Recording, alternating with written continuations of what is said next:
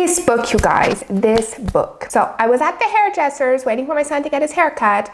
And at this point, I was reading at every single moment I could. So I whipped out my Kindle from my purse and I started reading. And I fell on the seat where Edmund hadn't said his real name in 15 years. And he kneeled beside a dying man in the night on the street. And he whispered in his ear and he said, "I am Edmond Dantès." I just got chills. I mean, I was at the hairdresser's at that point on the super uncomfortable futon, but I felt miles away. I was totally engrossed in the book. It was amazing. So maybe you know this already. Maybe you figured it out. The book is The Count of Monte Cristo by Alexandre Dumas. So classics, I think they sometimes have a bit of a reputation of being a little bit less inviting, maybe even boring. The story is slow. The language is archaic. But this book, and it's a big book there, I think it has about 1,200 pages. It feels like a completely modern book. I mean, it could have been written today. I just want to remark on how impressed I am that the author managed to keep the pace for so long, because if I compare to other books, more modern books that I've read, I'm thinking maybe, I don't know, Wheel of Time or Game of Thrones, sometimes you have these really lengthy parts where they're not that exciting and you kind of feel like skipping through those.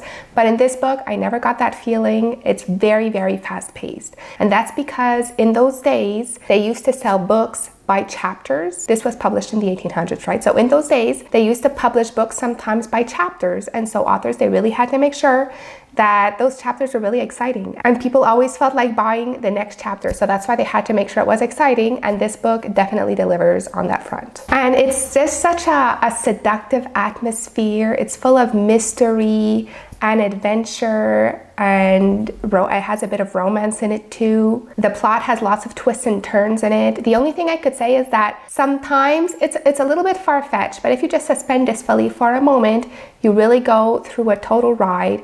Sometimes there's some parts where you're like, okay, why are you telling me this? I'm not really sure why you're telling me this. But then you find out at the end, okay, yes, finally that was important. And all the different subplots in the story, they all meet up and they all make an ending there, and it's really great. Maybe you've watched a movie. It came out quite a few years ago. Personally, I thought it was okay. The book is way better, as is often the case. The movie, they changed a bunch of parts. They took out other parts. So you can't really base yourself that much on the movie to understand the book, except maybe the general story. So the book is about young Edmond Dantès, and the story takes place in about the 1800s.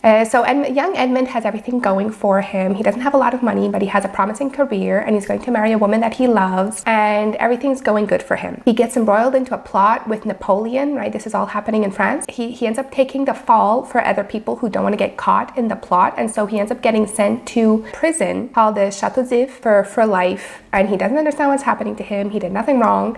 But then in prison, he meets this older man, this mentor, who teaches him. He educates him because he wasn't a very educated young man, but this mentor teaches him all the how to act in society, reads to him and provides him that culture that Edmund doesn't have. And so after many, many years of this, he becomes this incredibly cultured man. And together, his mentor and him, they're digging a tunnel to try to escape out of the prison. But just before he manages to do so, his mentor dies. Unfortunately, Edmund is very sad, but he left him an incredible amount of wealth. And so Edmund manages to get out of that prison. He has basically an infinite amount of money, and he has all this education now. And so what does he decide to do with this? He decides to plot his revenge on the people who put him in prison in the first place and stole everything from him. So this is that story. So I read this book in French, so I can't speak to the translation, but if you would like to know more about the translation, just let me know and I'll check it out for you. So all in all, super well done. If you want to start reading the classics, this is a super good place to start. It's really exciting. It feels modern. It's fantastic. So that's it for today. Thanks for watching. Bye.